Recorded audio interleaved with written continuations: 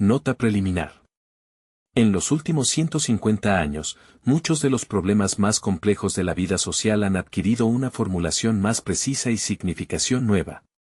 Nuestros mejores pensadores han dedicado sus esfuerzos a resolver estos problemas. El principio de nacionalidad se descubrió como solución para el problema racial y lingüístico, que ha amenazado constantemente Europa con guerra y los estados individuales con revolución.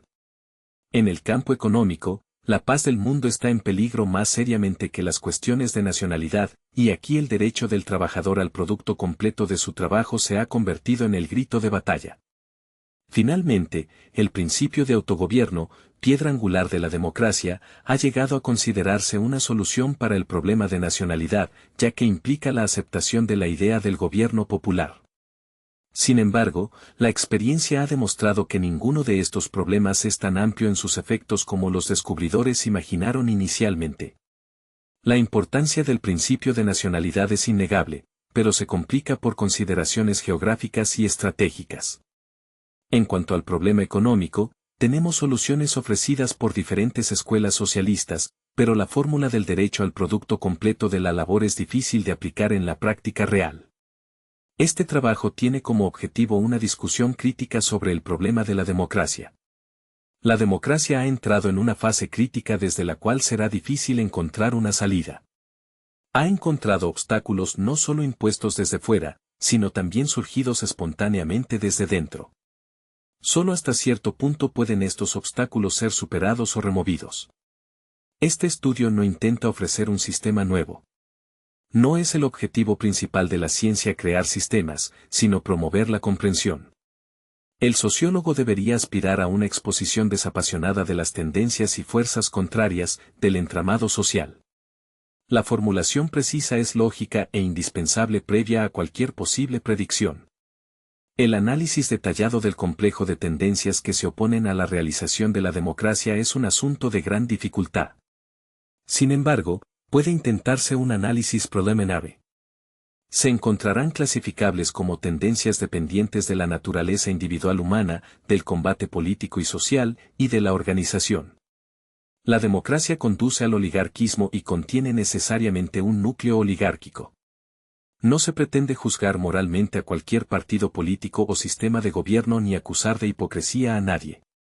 La ley que es característica inherente de todos los agregados humanos constituir cliques y subclases es más allá del bien y el mal. El estudio y análisis de partidos políticos es un nuevo ramo de la ciencia, que ocupa un campo intermedio entre las disciplinas sociales, filosóficas, psicológicas e históricas. Considerando el desarrollo actual de los partidos políticos, el aspecto histórico de esta nueva rama de ciencia ha recibido considerable atención. Sin embargo, cuando se considera el análisis de la naturaleza del partido, se encuentra que el campo apenas ha sido tocado. La finalidad de este trabajo es llenar este vacío en la ciencia sociológica. La tarea no ha sido fácil, ya que la cantidad de material que debía ser discutido era tan extensa que las dificultades de presentación concisa podrían parecer casi insuperables. El autor ha tenido que renunciar a tratar el problema en toda su extensión y complejidad, y se ha limitado a considerar sus características más relevantes. En la ejecución de este diseño ha recibido la invaluable ayuda incesante de su esposa, Gisela Michaels. Esta traducción es una edición italiana, cuya preparación se basó en las revisiones de la versión alemana anterior y que tuvo a mi disposición los comentarios de las recientemente publicadas traducciones francesas y japonesas. Sin embargo, el único evento políticamente importante que ha ocurrido en el mundo político desde que se redactó Political Parties por primera vez ha sido la guerra que aún ruge. Las conclusiones generales del autor sobre la inevitabilidad del oligarquismo en la vida de los partidos y sobre las dificultades que este oligarquismo impone a la realización de la democracia han sido confirmadas con sorprendente precisión en la vida política de todas las principales naciones beligerantes inmediatamente antes del estallido de la guerra y durante el transcurso del conflicto. El capítulo penúltimo del presente volumen, especialmente escrito para esta edición, se ocupa de la vida de los partidos en tiempo de guerra. Será evidente que el escritor ha tenido que confinarse a la discusión de trazos generales, ya que aún estamos demasiado cerca de los eventos bajo consideración para poder emitir un juicio preciso. Además, las llamas de la guerra, mientras proyectan su sombra siniestra sobre la organización militar y económica de los estados involucrados, han dejado a los partidos en segundo plano.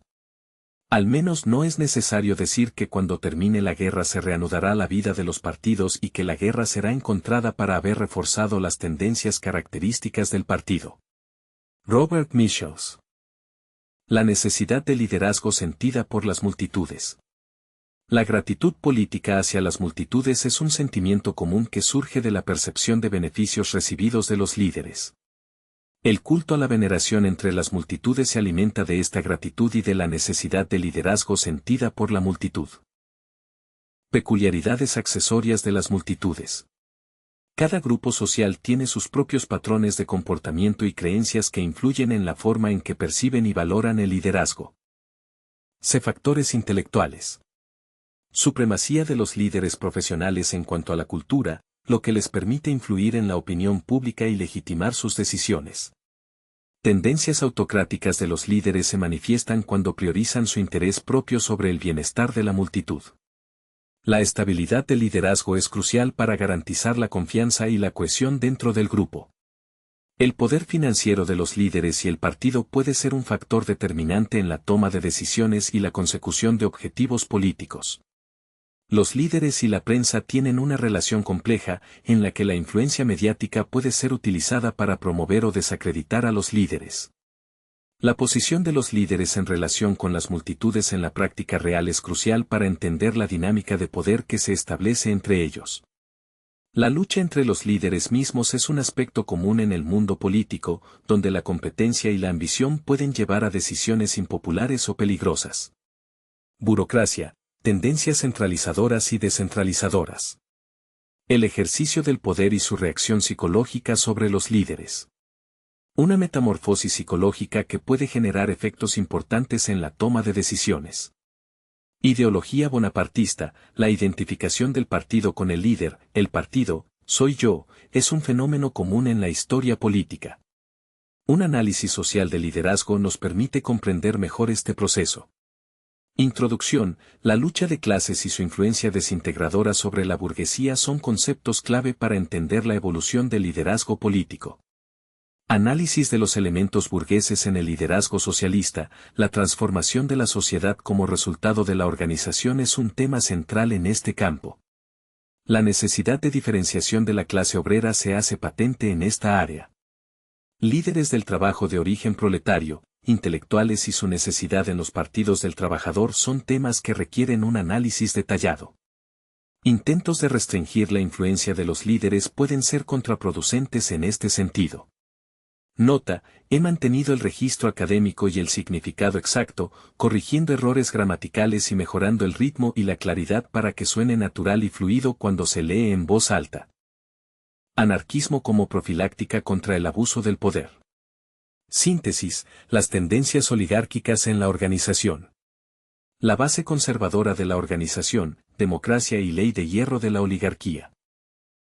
Aristocracia democrática y democracia aristocrática. La forma más restringida de oligarquía, la monarquía absoluta, se fundamenta en la voluntad de una sola persona. Sic volo, sic jubeo. Así es mi buena voluntad. Uno manda, todos obedien. La voluntad de una sola persona puede contrarrestar la voluntad de la nación, y aún hoy en día conservamos un resto de esto en el derecho de veto del monarca constitucional. La justificación legal de este régimen se basa en motivos metafísicos trascendentes. El fundamento lógico de cualquier monarquía reside en una atractiva conexión con Dios. Dios se considera como asiento al fuerte monárquico, proporcionando la base constitucional de la ley y la gracia divina. Por lo tanto, en cuanto reposa sobre un elemento supraterrestre, el sistema monárquico, considerado desde el punto de vista del derecho constitucional, es eterno e inmutable, y no puede ser afectado por las leyes humanas o por la voluntad humana. Seguir que la abolición legal, jurídica y legítima de la monarquía es imposible, un fábula de un soñador político loco. La monarquía puede ser abolido solo por Dios, y la voluntad de Dios es inescrutable. En el polo opuesto del principio monárquico, en teoría, se encuentra la democracia, que niega el derecho de unos sobre otros. En abstracto, hace que todos los ciudadanos sean iguales ante la ley. Da a cada uno de ellos la posibilidad de ascender al tope de la escala social y facilita el camino para los derechos de la comunidad, anulando ante la ley todas las prerrogativas del nacimiento y deseando que en la sociedad humana el combate por la supremacía se decida exclusivamente según la capacidad individual. Mientras que el principio de la monarquía pone todo en juego sobre el carácter de una sola persona, lo que resulta que el mejor gobierno monárquico posible no ofrece garantía para un gobierno benevolente y técnicamente eficiente a largo plazo, la democracia es, por principio, responsable ante la comunidad en general por las condiciones reinantes del gobierno, de las cuales es el único árbitro. Sabemos hoy que en la vida de las naciones los dos principios teóricos de la ordenación del Estado son tan elásticos que a menudo se encuentran en contacto recíproco. La democracia puede abrazar a todo el pueblo o reducirse a la mitad. La aristocracia, por su parte, puede restringirse hasta el número más pequeño de manera indeterminada. Así que las dos formas de gobierno no exhiben una antítesis absoluta, sino que se encuentran en el punto donde los participantes del poder alcanzan el 50%. Nuestra época ha destruido para siempre las formas antiguas y rígidas de aristocracia, ha destruido al menos ciertas regiones importantes de la vida política constitucional. Incluso el conservadurismo asume a veces una forma democrática. Ante los asaltos de las masas democráticas, lo ha abandonado desde hace tiempo su aspecto primitivo y ama cambiar su disfraz. Hoy encontramos que es absolutista, mañana constitucional, al día siguiente parlamentario. Donde su poder es todavía comparativamente irrestringido, como en Alemania, apela exclusivamente a la gracia de Dios. Pero cuando, como en Italia, se siente inseguro, añade al apelativo a la divinidad un apelativo al voluntad popular. En sus formas exteriores es capaz de las más extensas modificaciones. En Francia monárquica el rey se convierte en el rey de Francia, y el rey de Francia se convierte en el rey de los franceses. La vida de los partidos políticos, ya sean nacionales o locales, debe en teoría exhibir una tendencia más fuerte hacia la democracia que la manifestada por el Estado. El partido político se funda usualmente en el principio de la mayoría y se sustenta siempre en el principio de la masa. Como resultado, los partidos de la aristocracia han perdido irrevocablemente la pureza aristocrática de sus principios. Mientras permanecen esencialmente antidemocráticos por naturaleza, se ven compelidos, al menos en ciertos periodos de la vida política, a declarar su fe democrática o adoptar una máscara democrática. Por su propia naturaleza, el principio democrático tiende a transformar el pantarrey de Heráclito en la realidad de la vida nacional y popular. Sin embargo, no debe entenderse que el principio conservador se basa en mantener incondicionalmente el statu quo. Si ese principio consistiera solo en reconocer lo que ya existe, sobre todo en materia de formas legales vigentes en un país o periodo determinado, el conservadurismo llevaría a su propia destrucción. En periodos y entre naciones donde los elementos antiguos del conservadismo han sido expulsados del poder y han sido reemplazados por innovadores que luchan bajo la bandera de la democracia, el Partido Conservador puede asumir un aspecto hostil al orden existente del Estado y a veces incluso un carácter revolucionario. Así, se produce una metamorfosis del Partido Conservador, que pasa desde un grupo que cultiva exclusivismo aristocrático hasta convertirse en un partido popular. La necesidad de que solo las masas puedan reintroducir la antigua aristocracia en su pureza primitiva y hacer fin a la democracia transforma a los mismos defensores del punto de vista conservador en demócratas. Reconocen sin reservas los sufrimientos del pueblo común, se esfuerzan por aliarse con el proletariado revolucionario prometiendo defenderlo contra la explotación del capitalismo democrático y apoyar y extender las organizaciones laborales. Sin embargo, esto no es más que la esperanza de destruir la república y restaurar la monarquía, el fruto final del principio aristocrático. El rey y los nobles deben destruir la oligarquía de los plutócratas hinchados. La democracia debe ser eliminada por vía democrática del pueblo. El método democrático es el único practicable para que una vieja aristocracia pueda alcanzar un dominio renovado. Los conservadores no suelen esperar a ser expulsados del poder antes de apelar a las masas. En países donde prevalece un régimen democrático, como en Inglaterra, se convierten espontáneamente en clase trabajadora en cuanto ésta forma la masa más conspicua.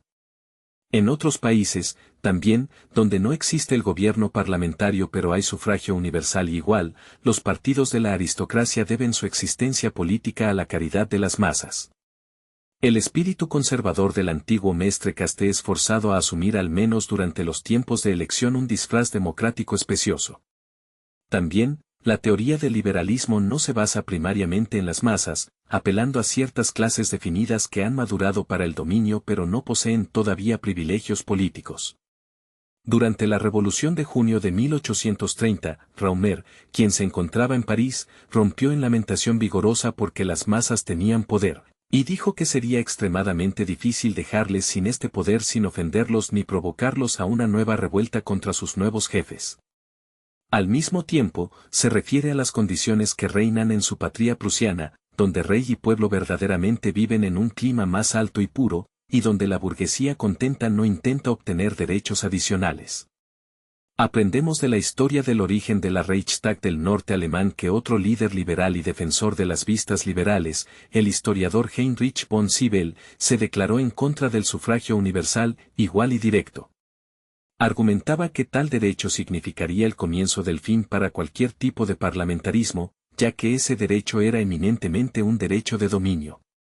Fue impulsado a emitir una advertencia urgente al monarca alemán no introducir estos elementos peligrosos de dictadura democrática en el nuevo Estado federal. La aversión interior de la liberalidad hacia las masas también se manifiesta en la actitud de los líderes liberales hacia los principios e instituciones de la aristocracia.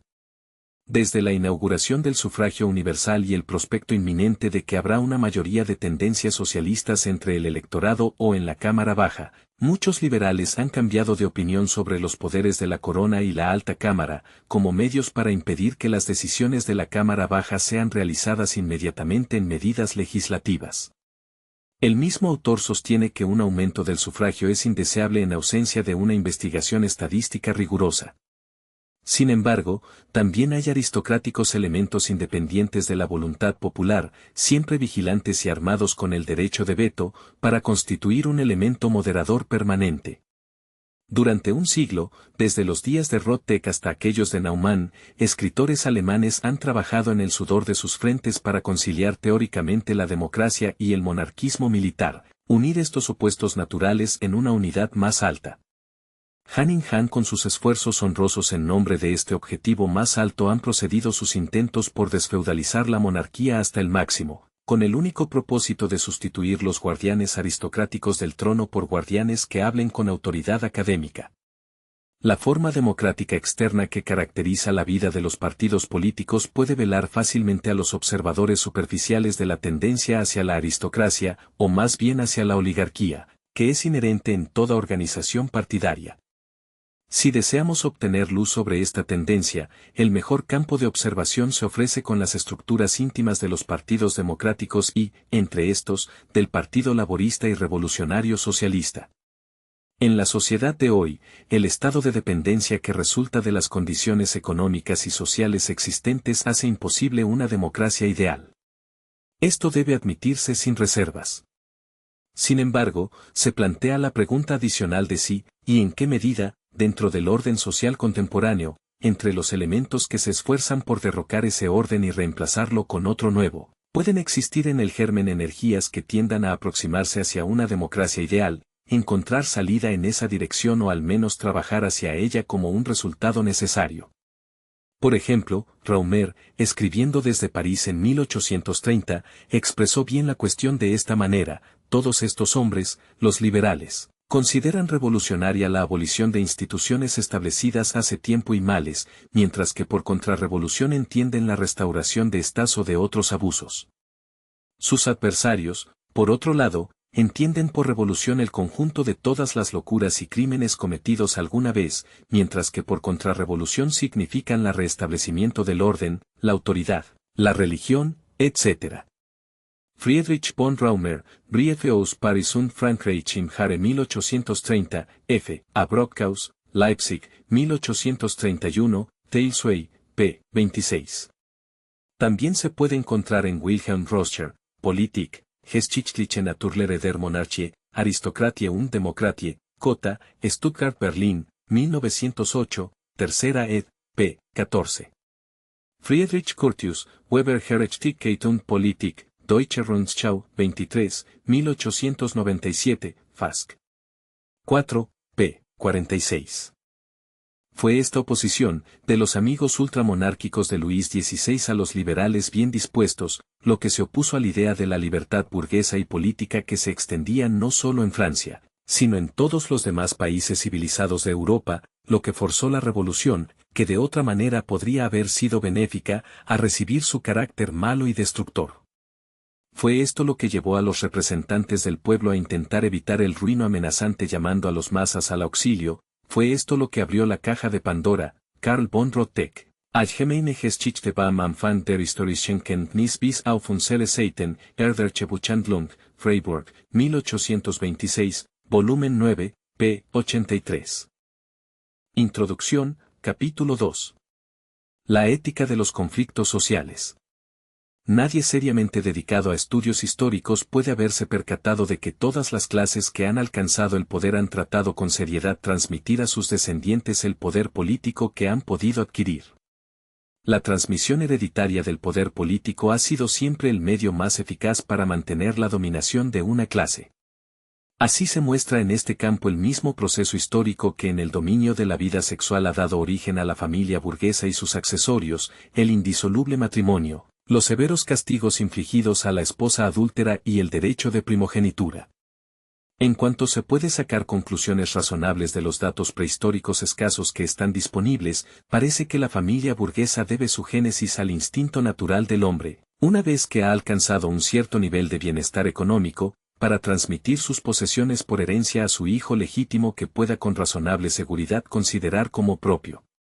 La misma tendencia prevalece en el campo político, donde es mantenida viva por todos los instintos y anhelos inherentes al ser humano, y donde es nutrida vigorosamente por un orden económico basado en la propiedad privada. Los estadounidenses del norte, demócratas, viviendo bajo un régimen republicano y sin conocimiento de títulos nobiliarios, no se libraron de la aristocracia al abjurar el poder de la corona inglesa. Este fenómeno es en parte el simple efecto de causas que han surgido recientemente, como la concentración capitalista y la reconciliación progresiva del espíritu republicano rígido con los ideales, prejuicios y ambiciones de la antigua Europa.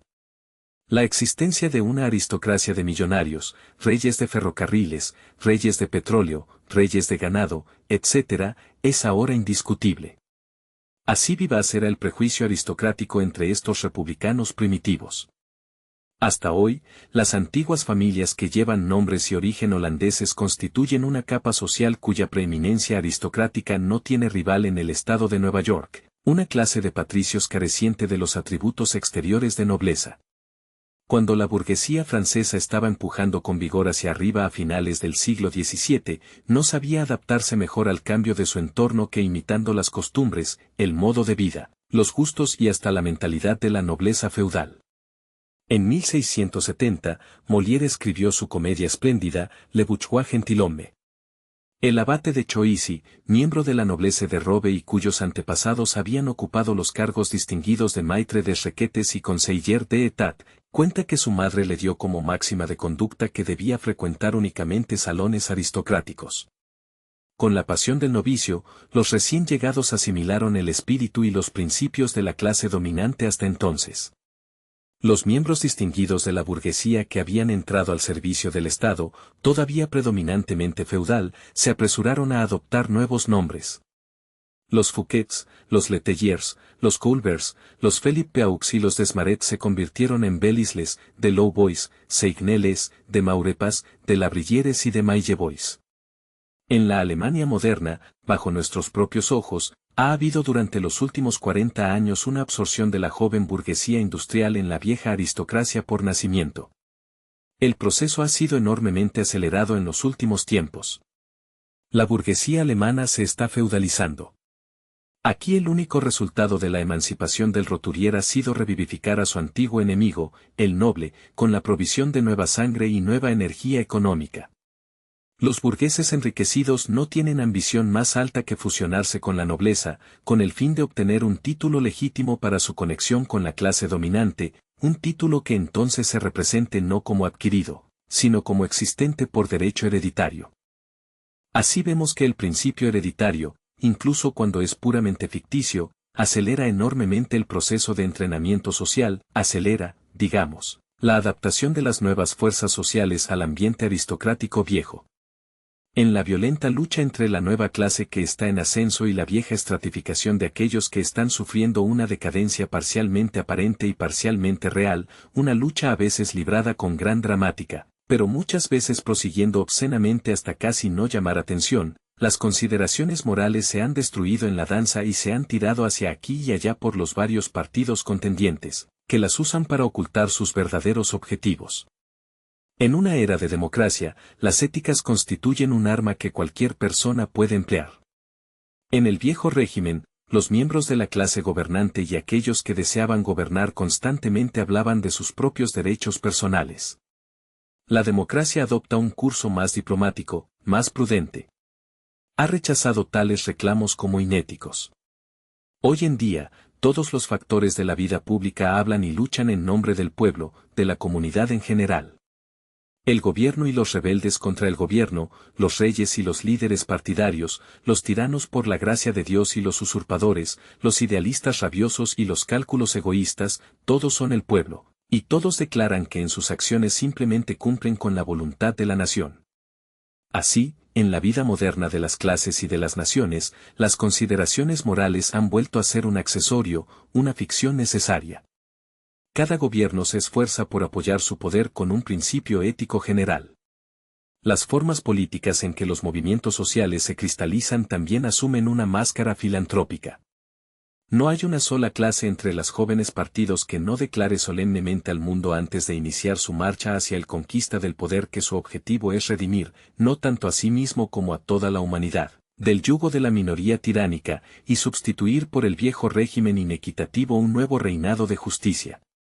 Las democracias siempre son charlatanes. Su terminología es a menudo comparable a una tela de arañas. El demagogo, ese fruto espontáneo del suelo democrático, rebosa de sentimentalismo y se siente profundamente conmovido por las penurias del pueblo. En francés emoticono cara sonriente. Las víctimas cuidan sus palabras, los verdugos están borrachos de filosofía llorona, escribe Alphonse Daudet en este contexto. Cada nueva clase social, cuando da el señal para un ataque contra los privilegios de una clase ya en posesión de poder económico y político, inscribe en sus banderas el lema: la liberación de la raza humana entera. Cuando la joven burguesía francesa se preparaba para el gran combate contra los nobles y la Iglesia, comenzó con la solemne Declaración de los Derechos del Hombre y lanzó un grito de guerra: libertad, igualdad, fraternidad. Hoy en día, podemos escuchar a los portavoces de otro gran movimiento clasista, el de los trabajadores asalariados, proclamar que toman la lucha clasista no por motivos egoístas, sino para excluirla del proceso social. El himno de progreso moderno, el socialismo, repite constantemente las nobles palabras: creación de una sociedad humana y fraterna en la que la clase sea desconocida. La burguesía victoriosa de los derechos del hombre efectivamente estableció la república, pero no la democracia. Las palabras libertad, igualdad y fraternidad pueden leerse todavía hoy en día sobre los portales de todos los presidios franceses. La Comuna fue el primer intento coronado por un éxito transitorio de gobierno proletario socialista, a pesar de sus principios comunistas y bajo la presión de una extrema estrechez financiera. La Comuna respetó la banca de Francia con la misma fe que cualquier sindicato de capitalistas inexorable. Han habido revoluciones, pero el mundo nunca ha visto el establecimiento de la democracia lógica. Los partidos políticos, sin importar cuán fundados estén en intereses de clase estrechos y como claramente trabajen contra los intereses de la mayoría, buscan identificarse con el universo o al menos presentarse como cooperando con todos los ciudadanos del Estado, proclamando que están luchando en nombre de todos y para el bien de todos. Solo los oradores socialistas a veces se declaran que su partido es específicamente un partido clasista. Sin embargo, este aserto es tachado abajo al agregar que, en análisis final, los intereses del partido coinciden con los de la totalidad del pueblo. Pero la reclamación socialista está lejos de la verdad, ya que los dos términos humanidad y partido están muy lejos de ser idénticos en extensión, incluso si el partido considerado se cree que abarca o cree abarcar la gran mayoría de la humanidad. La riqueza y el poder de los grandes príncipes burgueses se verían considerablemente disminuidos si se socializasen las fuerzas productivas y de intercambio hoy en día propiedad de estos varios millonarios. El impulso idealista de las juventudes que buscan emancipación se describe como una ilusión piadosa, como la persecución de un duende de la voluntad, originada en la necesidad de hacer el particular bueno asumir el aspecto del bien general. En el mundo de los hechos duraderos, cada movimiento clasista que profesiona aspirar al bien de la comunidad entera está estampado inevitablemente como contradictorio. Gaetano Mosca, Il principio aristocrático e il democrático nel passato e nell'avvenire, discurso inaugural, Stamperia Paravia, Turín, 1903, p. 22. Alexis de Tocqueville, de la Democratie en Amérique, Libraire de Welter, París, 1835, TI, p. 252. Un clásico que despliega en la sociedad el estandarte de ciertas reivindicaciones definidas y aspira a la realización de un complejo de objetivos ideales derivados de las funciones económicas que esa clase cumple, necesita una organización. Sean estas reivindicaciones económicas o políticas, la organización es el único medio para la creación de una voluntad colectiva. Las probabilidades de éxito en cualquier lucha dependerán del grado en que esta lucha se lleve a cabo sobre una base de solidaridad entre individuos cuyos intereses son idénticos.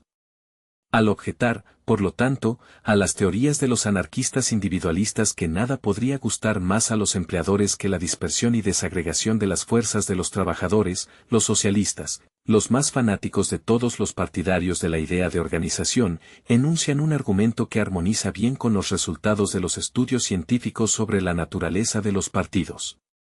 Vivimos en una época en que la idea de cooperación se ha vuelto tan establecida que incluso millonarios perciben la necesidad de la acción común. Es fácil comprender, entonces, que la organización se haya convertido en un principio vital de la clase trabajadora, ya que en falta de ella su éxito es imposible a priori. El rechazo del obrero a participar en la vida colectiva de su clase no puede dejar de entrañar consecuencias desastrosas. En cuanto a la cultura y las condiciones económicas, físicas y fisiológicas, el proletario es el elemento más débil de nuestra sociedad. De hecho, el miembro aislado de las clases trabajadoras es indefenso en manos de aquellos que tienen una situación económica más fuerte. Solo mediante la combinación para formar un agregado estructural puede el proletariado adquirir la facultad de resistencia política y alcanzar una dignidad social. La importancia e influencia de la clase trabajadora están directamente proporcionales a su fuerza numérica. Pero para la representación de esa fuerza numérica, la organización y coordinación son indispensables. El principio de organización es condición absolutamente indispensable para la lucha política de las masas. Sin embargo, este principio políticamente necesario de organización trae otros peligros en su tren. Evitamos Escila solo para chocarnos contra Cerdeña. La organización es, en efecto, la fuente desde la cual fluyen los corrientes conservadores sobre el llano de la democracia, ocasionando allí inundaciones desastrosas y haciendo que el llano sea irreconocible. Parte 1. A causas técnicas y administrativas del liderazgo, capítulo 2. Imposibilidad mecánica y técnica del gobierno directo por las masas. Moritz Rittinghausen, un demócrata renano, intentó con éxito dar una base real al gobierno directo por el pueblo. Según este sistema, la población se dividiría en secciones de 1000 habitantes cada una, similar a lo que sucedió temporalmente en Prusia durante las elecciones de 1848 y 1849. Los miembros de cada sección se reunirían en un lugar designado previamente, como una escuela o ayuntamiento, y elegirían un presidente. Cada ciudadano tendría derecho a la palabra. De esta manera, la inteligencia individual se pondría al servicio del país. Después de discutirse el tema, cada uno registraría su voto. El presidente transmitiría los resultados al burgomaestre, quien notificaría a las autoridades superiores. La voluntad de la mayoría sería decisiva. No habría proposiciones legislativas que vinieran de arriba. El gobierno solo tendría la iniciativa de determinar que un día determinado todas las secciones debatieran sobre un argumento dado. Cuando un cierto número de ciudadanos pidiera una nueva ley o la reforma de una ley existente, el ministerio correspondiente debería invitar al pueblo a ejercer su soberanía dentro de un plazo estipulado y aprobar por sí mismo la ley en cuestión. La ley tomaría forma orgánica desde la discusión misma. Primero, el presidente abriría el debate sobre la cuestión principal. Luego se discutirían los puntos subordinados. Finalmente, habría la votación. La proposición que recibiera la mayoría de votos sería adoptada. Una vez que todas las devoluciones de votaciones hubieran sido enviadas al ministerio, una comisión especial debería editar un texto claro y simple de la ley, formularla de manera que no estuviera abierta a interpretaciones diferentes. El sistema aquí descrito es claro y conciso, pero podría parecer que su aplicación práctica no involucraría serias dificultades.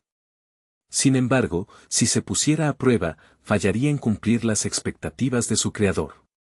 La democracia práctica ideal consiste en el gobierno propio de las masas según las decisiones de los consejos populares. Sin embargo, este sistema no proporciona garantía alguna contra la formación de una camarilla oligárquica. Cierto es que priva a los líderes naturales de su calidad como funcionarios, ya que esta calidad se transfiere al pueblo mismo. La multitud, sin embargo, está siempre sujeta a su gestión y puede ser fácilmente influenciada por la elocuencia de grandes oradores populares. Además, el gobierno directo por el pueblo, admitiendo no discusiones serias ni reflexivas, facilita mucho los golpes de mano de todos tipos por parte de hombres que son especialmente audaces, energéticos y astutos. Es más fácil dominar una gran multitud que un pequeño público. La adhesión de la multitud es tumultuosa, resumida y condicional. Una vez que las sugerencias han tenido efecto, la multitud no tolera fácilmente la contradicción de una minoría pequeña o de individuos aislados. Es un hecho de la experiencia diaria que grandes reuniones públicas suelen aprobar resoluciones por aclamación o asentimiento general, mientras que estas mismas asambleas, si se dividen en pequeñas secciones, digamos de 50 personas cada una, serían mucho más circunspectas en su asentimiento. Grandes congresos partidistas, en los que está presente la élite del miembro, suelen actuar así. Las palabras y acciones son mucho menos pesadas deliberadamente por la multitud que por los individuos o los pequeños grupos de los que esta multitud está compuesta. El argumento más formidable contra la soberanía de las masas se deriva, sin embargo, de la imposibilidad mecánica y técnica de su realización. Las masas soberanas están completamente incapacitadas para asumir las resoluciones más necesarias. La impotencia de la democracia directa, como el poder de la democracia indirecta, es un resultado directo del influjo del número. En un alegato contra Probón 1849, Louis Blanc pregunta si es posible que 34 millones de seres humanos puedan llevar sus asuntos sin aceptar lo que cualquier hombre de negocios menor considera necesario, la intermediación de representantes.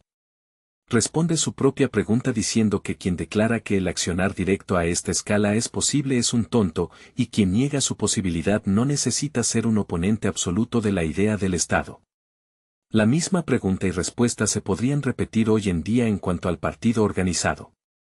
En los grandes centros industriales, donde el Partido Laborista a veces cuenta con seguidores por miles, es imposible llevar a cabo los asuntos de este cuerpo gigantesco sin un sistema de representación. Es claro que un número tan grande de personas pertenecientes a una organización unitaria no puede realizar ningún trabajo práctico mediante un sistema de discusión directa. La regularidad en la celebración de asambleas deliberativas de 1000 miembros encuentra dificultades graves en cuanto al espacio y la distancia, mientras que desde el punto de vista topográfico, tal asamblea se haría imposible si los miembros superaran los 10.000. Sin embargo, hay otros factores técnicos y administrativos que hacen imposible el autogobierno directo de grupos grandes. Si Pedro lastima a Pablo, es impensable que todos los demás ciudadanos acudieran al lugar para examinar personalmente la cuestión en disputa y tomar el partido de Pablo contra Pedro. Por razón de analogía, en la moderna parte democrática no es posible que la colectividad resuelva directamente todas las controversias que surjan. De ahí la necesidad de delegación, para el sistema en que los delegados representan a la masa y llevan a cabo su voluntad.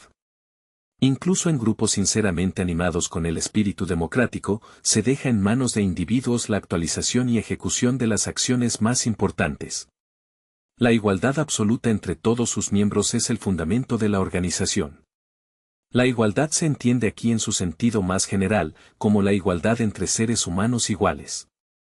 En muchos países, como Italia idealista y algunas regiones de Alemania donde el movimiento socialista aún está en su infancia, esta igualdad se manifiesta, entre otras formas, mediante el uso mutuo del tú, que emplean los trabajadores más mal pagados en dirigirse a los intelectuales más distinguidos.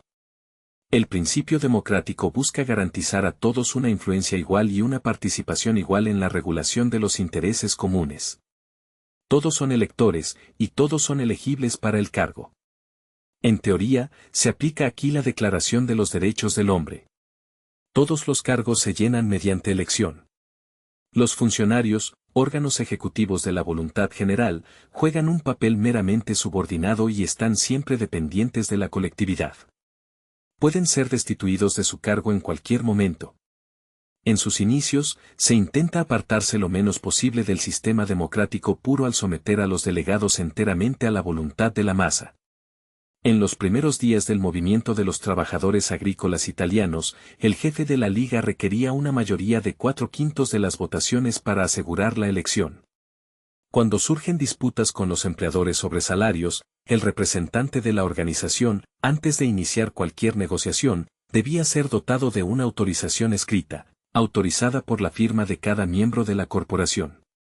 Todos los cuentos del cuerpo estaban abiertos a examen de los miembros en cualquier momento. Había dos razones para esto. En primer lugar, se deseaba evitar la difusión del desconfianza en la masa, este veneno que gradualmente destruye hasta el organismo más fuerte. En segundo lugar, este uso permitía a cada uno de los miembros aprender contabilidad y adquirir un conocimiento general sobre el funcionamiento de la corporación. Es claro que la democracia en este sentido solo es aplicable en una escala muy pequeña. En la infancia del movimiento laboral inglés, en muchas de las sindicatos, los delegados eran designados por rotación entre todos los miembros o elegidos al azar. Sin embargo, gradualmente se vuelve más complicado el cargo de los delegados, requiere un talento individual, un don oratorio y una amplia formación en conocimientos objetivos. De esta manera, es imposible confiar en la suerte o en el azar alfabético para nombrar a una delegación cuyos miembros deben poseer ciertas aptitudes personales particulares para desempeñar su misión al servicio del bien general. Fue así que se desarrollaron los métodos que prevalecieron en sus inicios en el movimiento laboral para permitir la participación de las masas en la administración de partido y sindicato.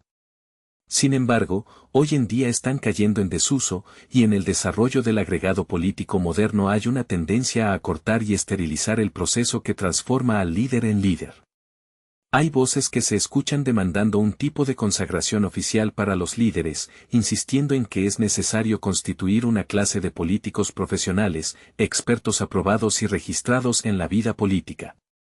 Ferdinand Tönnies propone que el partido instituya exámenes regulares para la nominación de candidatos socialistas al Parlamento y para la nombración de secretarios del partido. Heinrich Herkner va incluso más allá, argumentando que los grandes sindicatos no pueden mantener su existencia si persisten en confiar el manejo de sus asuntos a personas extraídas del rango y file, que han ascendido al mando solo por consecuencia de aptitudes prácticas adquiridas en el servicio de la organización. En muchos casos, los sindicatos controlados por empleadores, cuyos funcionarios son en su mayoría universitarios, no pueden ser considerados como representantes auténticos del movimiento laboral. Se prevé que en un futuro cercano todas las organizaciones laborales deberán abandonar la exclusividad proletaria y dar preferencia a personas con una educación superior en igual medida en materia económica, jurídica, técnica y comercial. Incluso hoy en día, los candidatos para la secretaría de un sindicato están sujetos a examen sobre sus conocimientos legales y su capacidad como escritores de cartas. Las organizaciones socialistas comprometidas con la acción política también directamente toman el entrenamiento de sus propios funcionarios. En todas partes, se están creando nurseries para suministrar oficiales con cierto nivel de cultura científica. En Berlín, ha existido desde 1906 una escuela partidaria en la que se imparten cursos de instrucción para el entrenamiento de aquellos que desean tomar cargo en el Partido Socialista o en los sindicatos. Los instructores son pagados con fondos del Partido Socialista, que fue directamente responsable de la fundación de la escuela. Además, las familias de los pupilos, en la medida en que la asistencia a la escuela les prive de sus proveedores de sustento, reciben una asignación de la rama provincial del partido o de la rama local de la unión a la que pertenece cada pupilo. La tercera clase de esta escuela, desde el 1 de octubre de 1908 hasta el 3 de abril de 1909, estuvo asistida por 26 pupilos, mientras que en el primer año hubo 31 y en el segundo año 33. Entre los 141 estudiantes del año 1910 a 11, se podían distinguir tres clases, una de ellas consistía en empleados viejos y probados en diferentes ramas del movimiento laboral, 52 personas, la segunda consistía en aquellos que obtuvieron empleo en el partido o en las uniones directamente al finalizar el curso, 49 personas, la tercera consistía en aquellos que tuvieron que regresar al trabajo manual, 40 personas. En Italia, L Humanitaria, una organización filantrópica liderada por los socialistas, fundada en Milán en 1905, inauguró Escuela Práctica de Legislación Social, cuyo objetivo era dar a un cierto número de trabajadores educación que los haga aptos para convertirse en inspectores fabriles o tomar posiciones oficiales en las organizaciones laborales, en las sociedades amistosas o en los intercambios laborales. El curso de instrucción duraba 2 años y, al finalizarlo, los pupilos recibían un diploma que les daba derecho a titularse experto laboral. En 1908 había 200 personas, 37 de las cuales eran empleados de sindicatos o de sociedades cooperativas, 4 secretarios de intercambios laborales, 45 empleados o miembros de profesiones liberales y 112 trabajadores. Recientemente, el cuerpo director ha decidido suprimir el diploma y establecer un curso adicional abierto solo a aquellos que ya están empleados en alguna organización laboral o que definitivamente desean entrar en tal empleo. Para aquellos que se encuentran estudiando este curso especial, se proporcionarán becas de $2 a la semana. Los fondos para este propósito serán suministrados en parte por L Humanitaria y en parte por las organizaciones laborales que deseen enviar a sus empleados a la escuela. En 1909, se fundó en Turín la Scuola Pratica di Cultura e Legislazione Sociale, pero pronto fracasó. En Inglaterra, los sindicatos y sociedades cooperativas utilizan Ruskin College, Oxford, enviando a aquellos de sus miembros que aspiran a un cargo en las organizaciones laborales y tienen aptitudes especiales para esta carrera. En Austria se propone fundar una escuela partidaria según el modelo alemán. No hay duda de que todas estas instituciones educativas para los funcionarios del partido y las organizaciones laborales tienden, sobre todo, hacia la creación artificial de una élite de la clase trabajadora, un casta de cadetes compuesta por personas que aspiren al mando del rango proletario. Sin desearlo, se produce así una ampliación continua del abismo que divide a los líderes de las masas. La especialización técnica que inevitablemente resulta de todas las organizaciones extensivas es necesaria, lo que se llama liderazgo experto. Consecuentemente, el poder de determinación se considera uno de los atributos específicos del liderazgo y gradualmente se retira de las masas para concentrarse en las manos de los líderes solos. La organización implica la tendencia a la oligarquía. En todas las organizaciones, ya sea un partido político, un sindicato profesional o cualquier otra asociación del tipo, el aristocrático manifestarse muy claramente. El mecanismo de la organización, mientras confiere una solididad estructural, induce cambios serios en la masa organizada, completamente invirtiendo la posición respectiva de los líderes y las masas. Ha sido observado que en las etapas inferiores de la civilización es dominante el tiranía. La democracia no puede existir hasta que se alcance un estadio más alto y desarrollado de vida social. Las libertades y privilegios, y entre estos últimos el privilegio de tomar parte en la dirección de asuntos públicos, están al principio restringidos a los pocos. Pero si pasamos del ámbito estatal al ámbito partidario, podemos observar que mientras la democracia continúa desarrollándose, se produce un retroceso. La evolución democrática tiene un curso parabólico. En la actualidad, al menos en cuanto a vida partidaria, la democracia está en la fase descendente. Toda organización construida con firmeza, ya sea un Estado democrático, un partido político o una liga de proletarios para resistir la opresión económica, presenta un suelo favorable para la diferenciación de órganos y funciones. Cuanto más extensa y ramificada es el aparato oficial de la organización, mayor es el número de sus miembros, más lleno está su tesoro y más ampliamente se circula su prensa. Menos eficiente se vuelve el control directo ejercido por las filas y más se reemplaza este control por el poder creciente de los comités. En todas las partes se insinúa ese sistema electoral indirecto que en la vida pública los partidos democráticos luchan contra con todo vigor. Sin embargo, en la vida partidaria la influencia de este sistema debe ser más desastrosa que en la vida más amplia del Estado. Incluso en los congresos partidarios, que representan la vida partidaria 7 veces shifted, encontramos que se vuelve cada vez más común referir todas las preguntas importantes a comités que debaten en camerino. A medida que se desarrolla la organización, no solo se hacen más difíciles y complicados los deberes de la administración, sino que también se amplían y especializan tanto que ya no es posible tomarlos todos en un solo vistazo.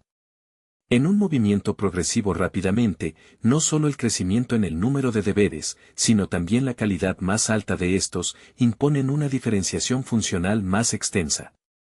Nominalmente y según la letra de las reglas, todas las actuaciones de los líderes están sujetas a la crítica vigilante del rango y las filas. Teóricamente el líder es solo un empleado ligado por la instrucción que recibe. Tiene que cumplir las órdenes de la masa, cuyo ejecutivo es el mismo. Pero en realidad, al aumentar la organización, se vuelve puramente ficticio este control. Los miembros tienen que abandonar la idea de conducta o incluso supervisión del todo de la administración y están obligados a entregar estas tareas a personas especialmente nominadas para el propósito, a funcionarios salarizados. Las filas deben contentarse con informes resumidos y con la designación de comités especiales de investigación ocasionalmente.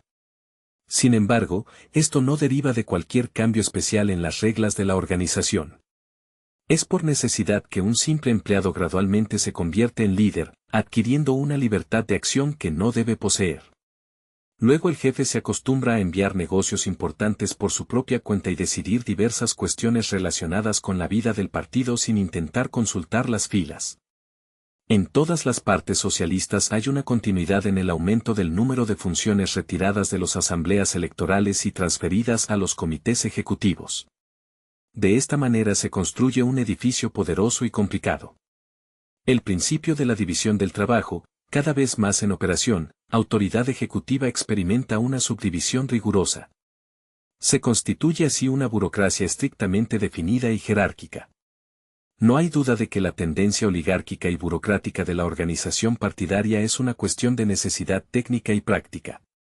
Es el inevitable producto del principio mismo de la organización.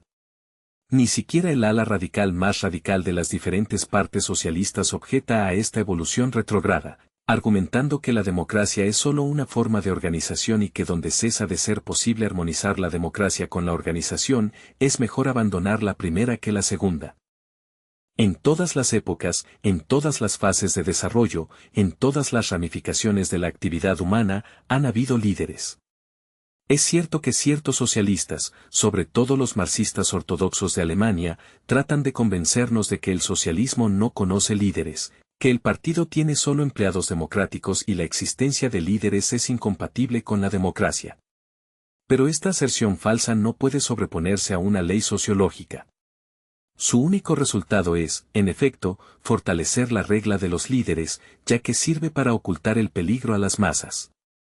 En Inglaterra, los sindicatos y sociedades cooperativas utilizan Ruskin College, Oxford, para enviar a miembros con aptitudes especiales que aspiran a liderar organizaciones laborales. Jean-Jacques Rousseau puede considerarse el fundador de la crítica a la democracia. Define gobierno popular como el ejercicio de la voluntad general y argumenta lógicamente que ella no puede nunca alienarse, por lo que el soberano, una entidad colectiva, no puede ser representado más que por sí mismo. En este sentido, Rousseau considera que la delegación de soberanía es absurda. La multitud que delega su soberanía abdica sus funciones soberanas. Sin embargo, en la práctica, durante el terror francés, este dogma fue abandonado por los discípulos del filósofo ginebrino, aunque era admitido universalmente como irrefutable. La experiencia de observadores atentos del primer sistema de representación política contribuyó a establecer más firmemente la teoría de los límites de la democracia. En el siglo XIX, esta teoría se enriqueció notablemente y se formuló como base de reglas y preceptos definidos. Carlo Pisacane, teórico de la Revolución Nacional y Social Italiana, expone cómo los que detentan el poder político supremo deben estar sujetos a pasiones y imperfecciones físicas y mentales. Por esta razón, la tendencia y acciones del gobierno están en directo contraste con la tendencia y acciones del pueblo. Víctor Considerant, contemporáneo de Pisacane, también siguió los pasos de Rousseau. Si el pueblo delega su soberanía, la abdica. El pueblo ya no se gobierna a sí mismo, se lo gobierna. Los teóricos de la democracia han sostenido que al votar, el pueblo está ejerciendo su soberanía y renunciando a ella al mismo tiempo. Sin embargo, otros han argumentado que la delegación es absurda y que el pueblo debe mantener su soberanía. Víctor Considerant se opuso ferozmente a la teoría de que la soberanía popular está garantizada por el sistema representativo. Aunque nos admitamos teóricamente que en abstracto el gobierno parlamentario encarna el gobierno de las masas, en la vida práctica es una continuación fraudulenta por parte de la clase dominante. Bajo el gobierno representativo, la diferencia entre la democracia y la monarquía es insignificante. El pueblo soberano elige, en lugar de un rey, un número de pequeños reyes. Sin poseer suficiente libertad e independencia para dirigir la vida del Estado, se permite despojar de su derecho fundamental. A esta crítica al sistema representativo puede agregarse el comentario de Proudhon, según el cual los representantes del pueblo no han tardado en trabajar para consolidar y reforzar su influencia. Continúan rodeando sus posiciones con nuevas líneas de defensa hasta que han logrado emanciparse completamente del control popular. En el siglo pasado, estas ideas estaban ampliamente difundidas y su verdad era casi universalmente admitida, especialmente en Francia entre estudiantes de ciencias sociales y estadistas demócratas. Incluso los clericales se unieron a las voces que condenaban el sistema representativo. Hoy esta teoría es el rasgo central de la crítica política de las diversas escuelas de anarquistas que a menudo la exponen con elocuencia y acucia. Finalmente, Marx y sus seguidores han reconocido incidentalmente los peligros del sistema representativo, aunque consideran que el Partido Socialista está completamente libre de estos peligros. La soberanía popular ha sido objeto reciente de una crítica profunda por parte de un grupo de escritores italianos conservadores. Gaetano Mosca habla de la falsedad de la leyenda parlamentaria. Afirma que la idea de la representación popular como una transmisión libre y espontánea de la soberanía de los electores a un cierto número de personas electas se basa en la premisa absurda de que la minoría puede estar ligada al colectivo por vínculos indisolubles. En realidad, después de la elección, el poder del grupo de electores sobre el delegado llega a su fin. El diputado se considera autorizado para arbitrar la situación y lo hace. Si entre los electores hay algunos que tienen influencia sobre el representante del pueblo, su número es muy pequeño, son personas que, aunque pertenecen socialmente a la clase gobernada, han logrado formar parte de la oligarquía gobernante. Esta crítica al sistema representativo es especialmente relevante en nuestra época, en la que la vida política se hace cada vez más compleja. A medida que crece esta complejidad, se vuelve cada vez más absurdo tratar de representar a una masa heterogénea en todos los problemas innumerables que surgen de la diferenciación creciente de nuestra vida política y económica. En este sentido, representar significa que el deseo individual se disfraza y se acepta como la voluntad de la masa. En ciertos casos aislados, donde las preguntas involucran problemas muy simples y la autoridad delegada es breve, la representación es posible. Sin embargo, la representación permanente siempre será equivalente al ejercicio del dominio por los representantes sobre los representados. Moritz Rittinghausen, en su obra Über die Organisation der direkten Gesetzgebung durch das Volk, Social. Demokrat.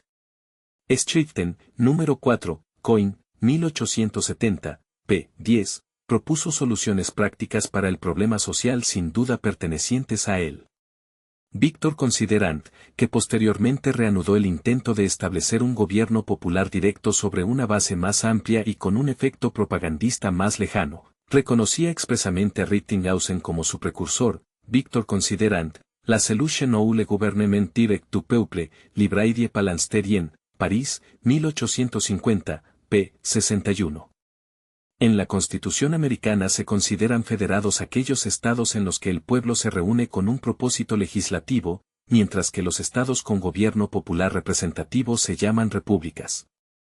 Louis Blanc, en El Estado en una democracia, Questions d'aujourd'hui et de demain, Dentu, París, 1880, volumen 3, p. 150, también abordó este tema.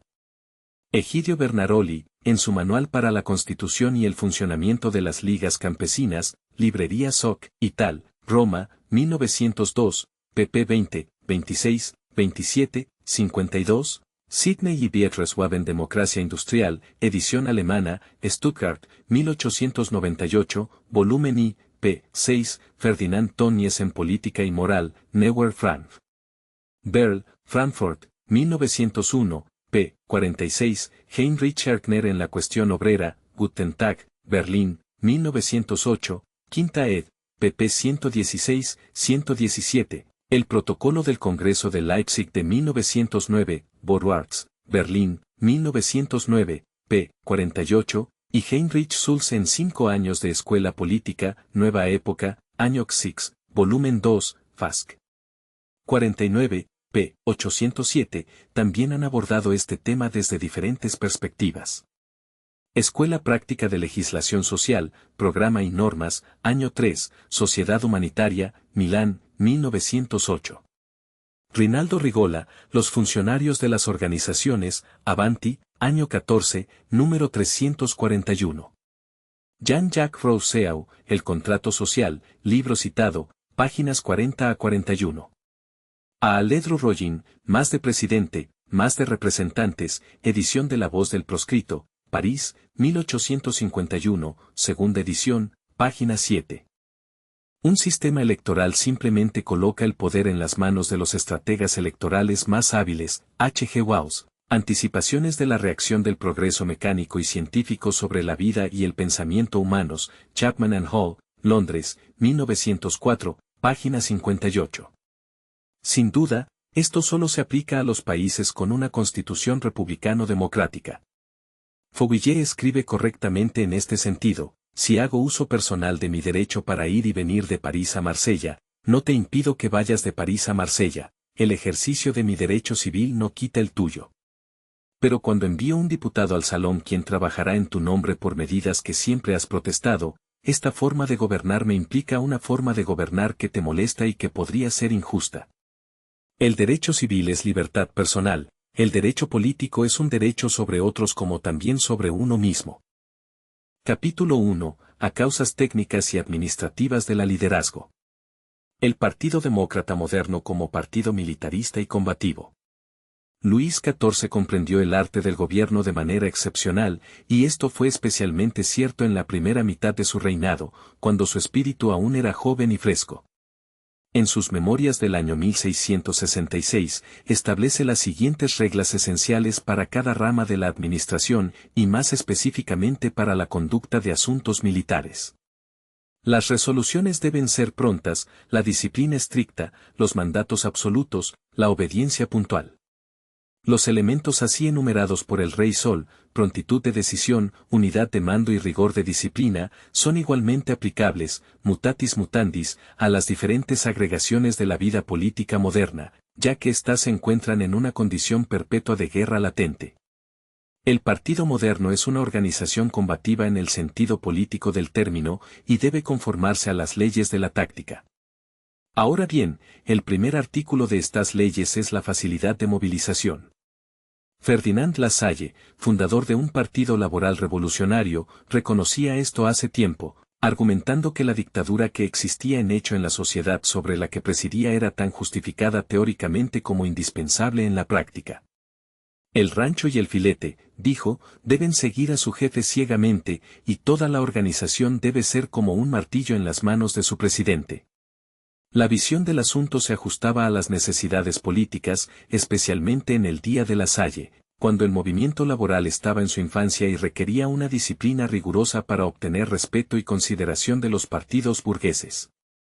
La centralización garantiza la formación rápida de resoluciones y es incompatible con la indecisión y la lentitud. Una organización amplia puede ser un peso muerto y difícil de poner en marcha, lo que llevaría a una pérdida de tiempo y a opiniones vagas y superficiales. En la lucha diaria, solo un cierto grado de cesarismo asegura la transmisión rápida y la ejecución precisa de órdenes. El socialista holandés, Van Kool, declara abiertamente que verdadera democracia no puede instalarse hasta que el combate esté terminado. Mientras tanto, incluso un liderazgo socialista debe poseer autoridad y fuerza suficientes para mantenerse en el poder. Un despotismo provisional es esencial, y la libertad misma debe ceder ante la necesidad de acción rápida. Así, la sumisión de las masas a la voluntad de algunos individuos llega a considerarse uno de los valores más altos de las virtudes democráticas. Se nos piden fidelidad y sumisión, como se lee en una declaración famosa: hombres nobles por el choix del pueblo, muéstranos el camino, seguirás. Es declaraciones como esta que nos revelan la verdadera naturaleza del partido. En un partido, especialmente en uno político combativo, la democracia no es para consumo doméstico, sino más bien un artículo hecho para exportar. Cada organización política necesita un equipo ligero que no estorbe sus movimientos. La democracia es incompatible con la prontitud estratégica y las fuerzas de la democracia no se prestan a la apertura rápida de una campaña. Esto es porque los partidos políticos, incluso cuando son democráticos, exhiben tanta hostilidad hacia el referéndum y hacia todas las medidas para proteger la verdadera democracia.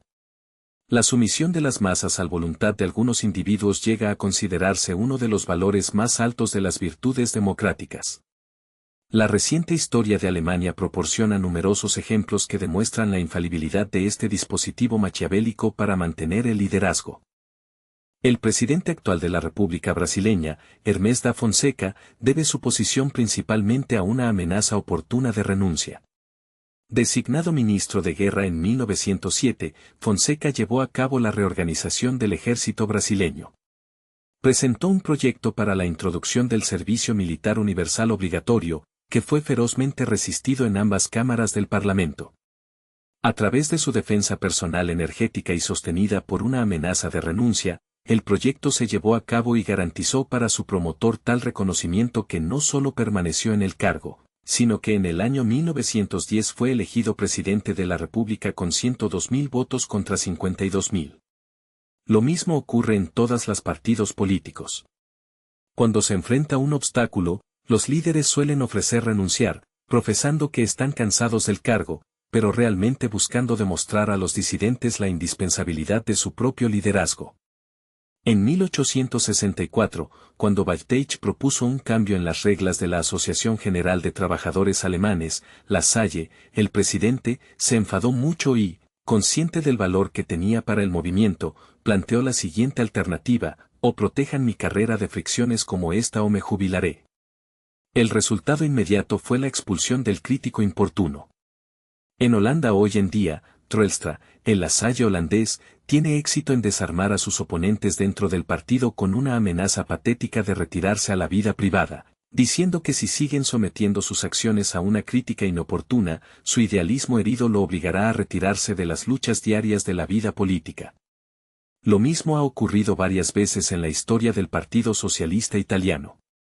En resumen, el líder que se siente indispensable o se considera indispensable por la masa puede utilizar una estrategia efectiva para mantener el liderazgo, amenazando con renunciar si no se le otorga la autoridad que desea.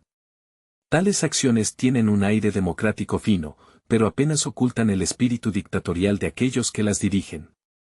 El líder que solicita un voto de confianza en apariencia se somete al juicio de sus seguidores, pero en realidad coloca en la balanza todo el peso de su propia indispensabilidad real o supuesta y así comúnmente obliga a la sumisión a su voluntad. Los líderes son extremadamente cuidadosos de nunca admitir que el verdadero fin de su amenaza de renuncia es refrendar su poder sobre la masa. Declaran, por el contrario, que su conducta está determinada por el espíritu democrático más puro, que es un testimonio notable de su sensibilidad, de su sentido personal de dignidad y de su deferencia hacia la masa. Sin embargo, si realmente examinamos la cuestión, no podemos dejar de ver que, ya sea que lo deseen o no, su acción es una demostración oligárquica, la manifestación de una tendencia a enriquecerse con la autoridad de la masa. Den Kurdigheten des Fürsten Schotbig zu Enlochigins Fürst, editadas por Friedrich Curtius, Deutsche Verlagsanstalt, Stuttgart y Leipzig, 1907, volumen 2. La necesidad de liderazgo sentida por la masa. Un distinguido dramaturgo francés que se dedicó a escribir estudios prosaicos sobre cuestiones sociales serias, Alexandre Dumas hijo, observó en cierta ocasión que todo avance humano estaba, al principio, opuesto por el 99% de la humanidad. Sin embargo, no hay exageración en la afirmación de que entre los ciudadanos que disfrutan de derechos políticos, el número de aquellos que tienen un vivo interés en asuntos públicos es insignificante.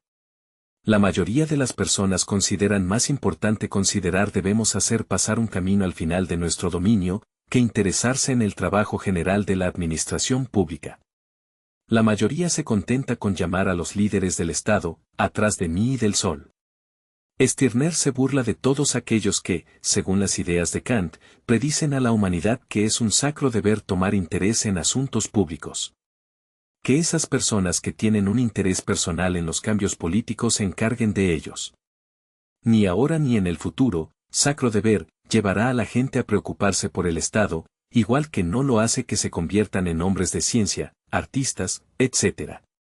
Solo el egoísmo puede impulsar a las personas a interesarse en asuntos públicos y lo hará cuando las cosas empeoren mucho. En la vida de los partidos democráticos modernos podemos observar signos de esta misma indiferencia. Solamente una minoría participa en las decisiones del partido, y a veces esa minoría es ridículamente pequeña. Las resoluciones más importantes tomadas por el Partido Socialista siempre proceden de un puñado de miembros. En la mayoría de los países, el urbanismo decide todo, las tareas de los miembros que viven en distritos rurales y en ciudades provinciales remotas están considerablemente restringidas. Se les espera que paguen sus cuotas y voten durante las elecciones a favor de los candidatos seleccionados por la organización de la gran ciudad. Está aquí el influjo de consideraciones tácticas así como el de condiciones locales. En las grandes ciudades hay un proceso de selección espontánea, en virtud del cual se separa de la masa organizada un número determinado de miembros que participan más diligentemente en el trabajo de la organización. Esta categoría interna está compuesta, como la de los devotos frecuentadores de las iglesias, por dos categorías muy distintas, la de aquellos que están animados por un sentido fino del deber y la de aquellos cuya asistencia es meramente una cuestión de hábito. En todos los países el número de este círculo interno es comparativamente pequeño. La participación en la vida política de los partidos democráticos tiene un aspecto escalonado. La base extensa consiste en la gran masa de electores, encima de esto se superpone una masa menor, pero enormemente más importante, compuesta por los miembros inscritos del ramo local del partido, arriba de esta. Otra vez, viene el número aún más pequeño de los miembros que asisten regularmente a reuniones, luego vienen los funcionarios del partido y, finalmente, la ejecutiva. La efectividad del poder está en razón inversa al número de aquellos que lo ejercen. De esta manera, la democracia práctica se representa por el siguiente diagrama. Aunque gruñe ocasionalmente, la mayoría se encuentra realmente feliz al encontrar personas que se tomen el trabajo de atender a sus asuntos. En la masa y en la masa organizada de los partidos laborales hay una inmensa necesidad de dirección y orientación. Esta necesidad está acompañada por un verdadero culto a los líderes, que son considerados héroes. El misoneísmo, roca sobre la que se han estrellado muchos serios cambios sociales en todos tiempos, está presente actualmente más que disminuyendo. Este aumento es explicado debido a la división del trabajo cada vez más extensa en la sociedad civilizada moderna, que hace cada vez más imposible abarcar en un solo vistazo la totalidad de la organización política del Estado y su mecanismo cada vez más complicado. La demanda de suministros monetarios se fundamenta en una base coercitiva, pero el sistema electoral carece de sanciones establecidas. Un derecho electoral existe, pero no un deber electoral. Hasta que este deber se imponga sobre el derecho, parece probable que solo una minoría pequeña continúe aprovechando el derecho que la mayoría renuncia voluntariamente y la minoría dictamine leyes para la masa indiferente y apática. En Sajonia, en 1895, cuando se propuso restringir el sufragio, los líderes socialistas despidieron una gran agitación general, pero sus intentos fueron anulados por la apatía general de las masas. El lenguaje de la prensa era inflamatorio y se distribuyeron millones de folletos, celebrándose 150 reuniones de protesta en el espacio de pocos días. Sin embargo, todo fue inútil. La falta de asistencia a las reuniones, especialmente en los distritos periféricos, impidió una agitación seria. Los líderes se sintieron abrumados por la indiferencia calma de las masas, lo que hizo imposible una agitación efectiva. El fracaso del movimiento se debió a un error de omisión por parte de los líderes, quienes no reconocían la importancia de las consecuencias que iban a sufrir. La masa siente una pasión incurable por oradores distinguidos y hombres de gran nombre, y si estos no se obtienen, demanda al menos un diputado. Los líderes deben asumir todo tipo de trabajo literario y, si son abogados, dedicar su tiempo a los numerosos procedimientos legales importantes para el partido. Los líderes de primer grado están sofocados bajo las posiciones honorarias que se les otorgan. La acumulación de funciones es un carácter típico de los partidos democráticos modernos. En el Partido Socialista Alemán, no es raro encontrar individuos que ocupan al mismo tiempo el cargo de concejal, miembro del Diet y miembro del Reichstag, o que, además de dos de estas funciones, son editores de un periódico, secretario de un sindicato laboral o secretario de una sociedad cooperativa. Todo esto les otorga honor al líder, le da poder sobre la masa y lo hace cada vez más indispensable, pero también conlleva trabajo continuo que puede ser mortal prematura para aquellos no dotados de una constitución excepcionalmente fuerte. La necesidad sentida por la masa de orientación y su incapacidad para actuar en ausencia de una iniciativa desde dentro y desde arriba imponen un gran esfuerzo a los jefes. Los líderes de los partidos democráticos modernos no llevan una vida ociosa, sus posiciones no son sinecuras y han adquirido su supremacía al coste de un trabajo extremadamente difícil. Su vida es una de esfuerzo incesante. La gratitud política de las masas. Además de la indiferencia política de las masas y su necesidad de orientación, hay otro factor que contribuye a la supremacía de los líderes, la gratitud sentida por el pueblo hacia aquellos que hablan y escriben en su nombre. Los líderes adquieren fama como defensores y consejeros del pueblo, mientras la masa se desenvuelve tranquilamente en su vida diaria, los líderes deben sufrir persecución, prisión y exilio por amor a la causa. Estos hombres, que han adquirido una aureola de santidad y martirio, solo piden una recompensa por sus servicios, gratitud. A veces esta demanda de gratitud encuentra expresión escrita. Entre las masas mismas este sentimiento de gratitud es extremadamente fuerte. Si de vez en cuando encontramos excepciones a esta regla, podemos estar seguros de que se está jugando una tragedia de celos bajo la superficie. Hay una lucha demagógica feroz, encubierta y obstinada entre un líder y otro, y la masa tiene que intervenir en esta lucha y decidir entre los adversarios. Pero al favorecer a uno de los competidores, necesariamente muestra ingratitud hacia el otro. Sin considerar estos casos excepcionales, la masa es sinceramente agradecida con sus líderes, considerando la gratitud como un deber sagrado. Como regla general, este sentimiento de gratitud se manifiesta en la reelección continua de los líderes que han merecido bien al partido, de manera que el liderazgo comúnmente se vuelve perpetuo. La cultura del culto entre las masas. Los partidos socialistas a menudo se identifican con sus líderes hasta el punto de adoptar los nombres de estos últimos. Así, en Alemania, desde 1863 hasta 1875, hubo lasallistas y marxistas, mientras que en Francia, hasta hace muy poco tiempo, hubo brossistas, allemanistas, guesdistas y jaurecistas.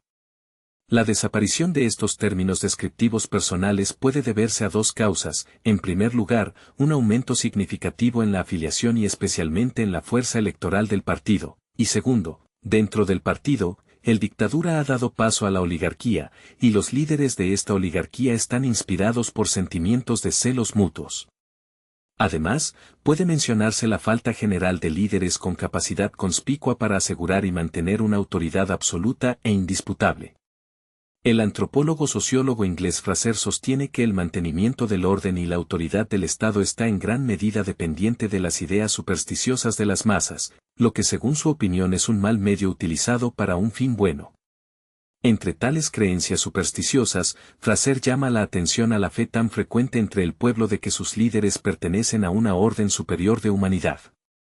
El fenómeno es, en realidad, conspicuo en la historia de los partidos socialistas durante los últimos 50 años. La supremacía de los líderes sobre las masas depende no solo de los factores ya discutidos, sino también del respeto supersticioso generalizado que se paga a los líderes debido a su superioridad en la cultura formal. La adoración de los seguidos hacia sus líderes es comúnmente latente.